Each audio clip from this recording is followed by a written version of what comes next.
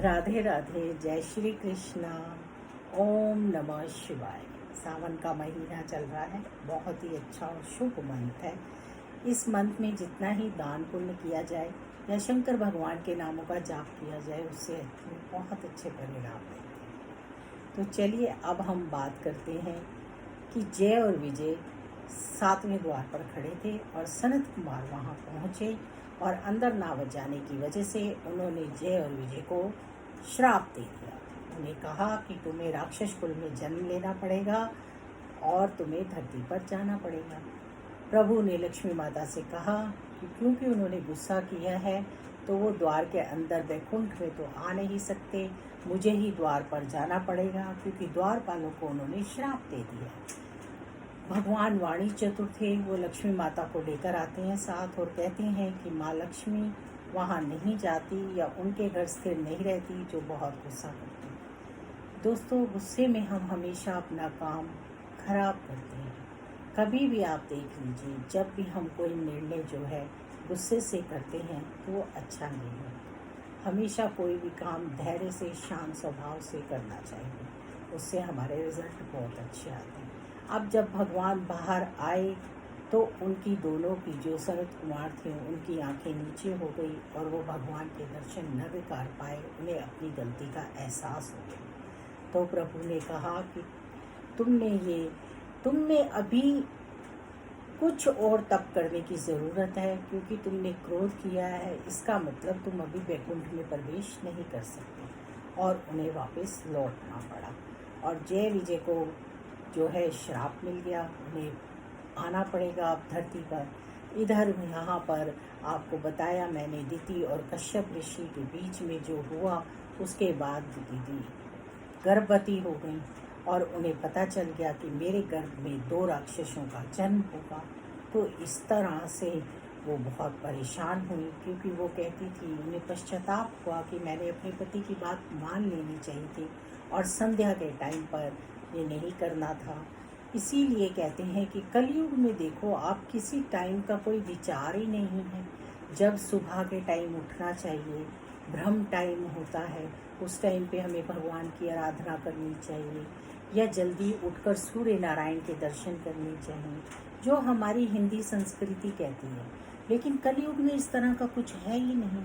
आज कोई मानव किसी भी टाइम खा रहा है, सुबह उठता है देर से वो भोजन करता है, रात को देर से सोता है, देर तक खाता रहता है। और इस तरह से उसके जीवन में जो संतानें आ रही हैं वो भी आज्ञाकारी नहीं हैं, उनमें भी उन सब चीज़ों की कमियां हैं, जिसकी वजह से आज समाज जो है सुधरने की बजाय बिगड़ रहा है। फिर भी हमें भागवत ये सिखाती है कि आप दूसरे के सुधारने की बजाय खुद को सुधारिए। जब आप खुद को सुधारेंगे तो बाकी सब अपने आप सुधर जाएगा। तो इस तरह से भगवान जब बाहर आते हैं और लक्ष्मी माता भी आती हैं तो उन्हें इस बात का बुरा लगता है कि उन्हें जय और विजय उनके द्वारपालों को श्राप देते हैं। लेकिन अब कुछ नहीं हो सकता, क्योंकि सनत कुमार भी जो हैं वो ऋषि हैं और उन्होंने श्राप दी है, तो ये तो फलीभूत होगा ही होगा। अब ब्रह्मा जी सृष्टि की रचना तो कर रहे हैं, लेकिन उनको एक चिंता है कि ये जो सृष्टि है ये बसेगी कहाँ। धरती तो रसातल में है, उनको लाएगा कौन बाहर, और कैसे, कहाँ पर रहेंगे लोग, कैसे इस सृष्टि की रचना हो।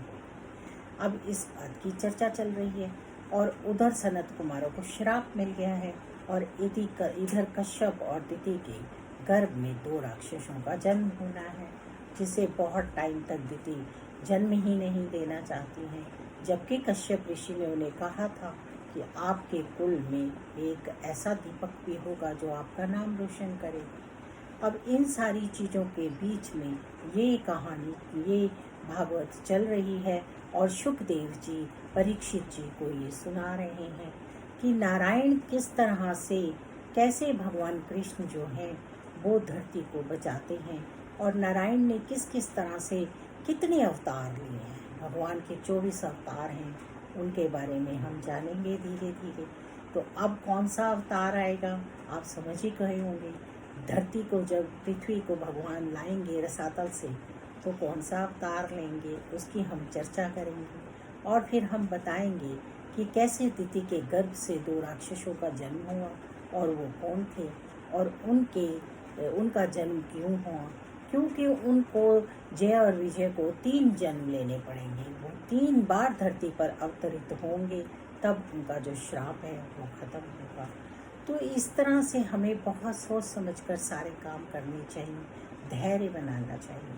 भगवान स्वयं कहते हैं कि मानव के लिए मन पर कंट्रोल करना, इंद्रियों पर कंट्रोल करना इतना आसान नहीं है, लेकिन फिर भी हमें कोशिश करनी चाहिए और त्याग करना चाहिए और भोगों पर कंट्रोल करना चाहिए। इसके लिए ये सावन का बहुत अच्छा महीना चल रहा है शंकर भगवान का। आप चाहें तो अपनी किसी एक महीने के लिए किसी फेवरेट चीज़ को छोड़ दीजिए, फिर देखिए कि आप उसके बिना क्या 1 महीना रह सकते हैं। अगर आप रह सकते हैं तो वाकई आप बहुत अच्छा कर रहे हैं। ये सब छोटी छोटी चीज़ें तब भी होता है।